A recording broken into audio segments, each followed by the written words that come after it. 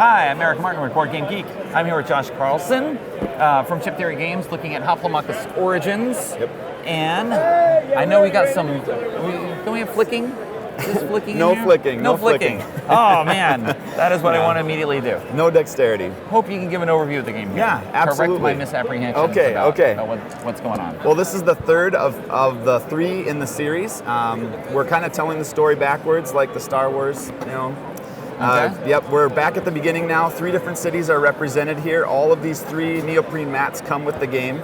There's 3 different objectives that you're going to have to accomplish, and you're going against another opponent, or you can go against the board. So it's a solo game, or it's 1v1. Okay. For this just quick demo, we're going to just talk about it. The Xanadu Arena.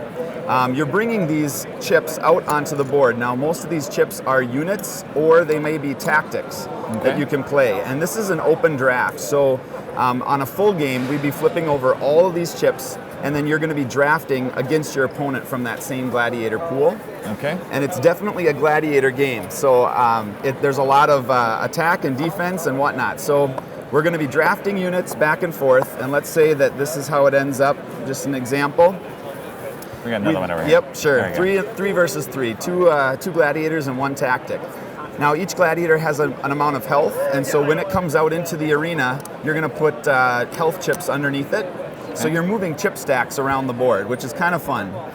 They come out in these 4 deployment hexes for either person. Okay. So if I bring one guy out, then he has to sit there a turn to get acclimated to the arena. That's right. The opponent then can bring a guy out, and I'm going to be blue. Obviously. Yep, you're blue chips. Yep, so 2 health, and then your turn is over. Now, on a typical turn, you've got 3 phases. One is the deploy phase. The next is to move all your units. So it's definitely a squad tactics game because you're moving all your units at once, and then you're attacking with all your units. On this board, the whole objective is to stay on these stones and earn points from those stones. So you're trying to earn 6 victory points in order to win the game, or you can just eliminate all the other guys' gladiators. Because clearly then you can set it up there as long as you want. That's right. So in this case, he's been out 1 turn. His move is 2, so I'm going to go ahead and move on to a stone. I don't get this until the beginning of my turn. Right. And you just play back and forth. Now, the attacking, let's just see what go ahead and play your next gladiator. So that one has 2 health as well. This one can't. He has ready, and all the abilities are on the back page. So this is really all that you're going to have to deal with. Okay. When learning what each unit can do. Okay. In this way, it's kind of like a chess game on steroids, because there's definitely a lot of different things, different tactics that you can use. But then there's also some dice rolling, so it gets fun. So this guy's been out, or has just came out, but he has ready, which says you can move and attack on your first turn. Okay. So you're already off and moving. So you can move this unit and you can move this unit. This one can move up to 3. Okay. So good? Hey, I feel like I should come over and attack you now. Sounds good. So you're coming up here to attack. You actually just don't even need to roll a die. The tactician says 1 hit, no roll. You automatically do a damage to this one if you so choose. All right. There's so probably you take a reason why not. But let's... You do a damage to him. This guy has a range of 2, so you actually can try to hit him with 2 blues. This is your basic attack right there. Okay. Oh my goodness. Okay, that guy's out. Just right. like that. That's why you do it, right? Okay, so now I'm faced with a tough decision here. I've got a tactician. I'm going to bring him out. There's only one choice. Now, typically you'd have 8 gladiators that you're drafting from, and it's a back and forth game. So the other arenas are a little bit different. This one is like I would say it's kind of like a capture the flag in reverse.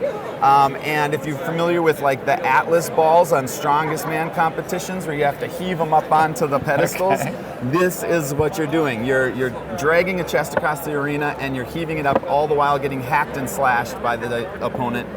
This one is all about a spear in the center of the arena. You're throwing that spear at each other, but you're also throwing it to summon a sea creature out of the depths to fight for you. So I'd say there's actually 38 different gladiators, all sorts of different tactics that you can play, and this is the small version. Each one of these plays in about 15 minutes. And probably the last thing I'd just say about it is what we really worked on was building in. So my wife loves to play board games, but I think she loves it even more if she has a slight advantage. So as we play with other people, you're always calculating your house reputation. And this is a way to keep it always even, because as I'm going up in reputation, I have a lot of different things I have to factor into my draft, whereas someone who hasn't won as much has less to worry about. Okay.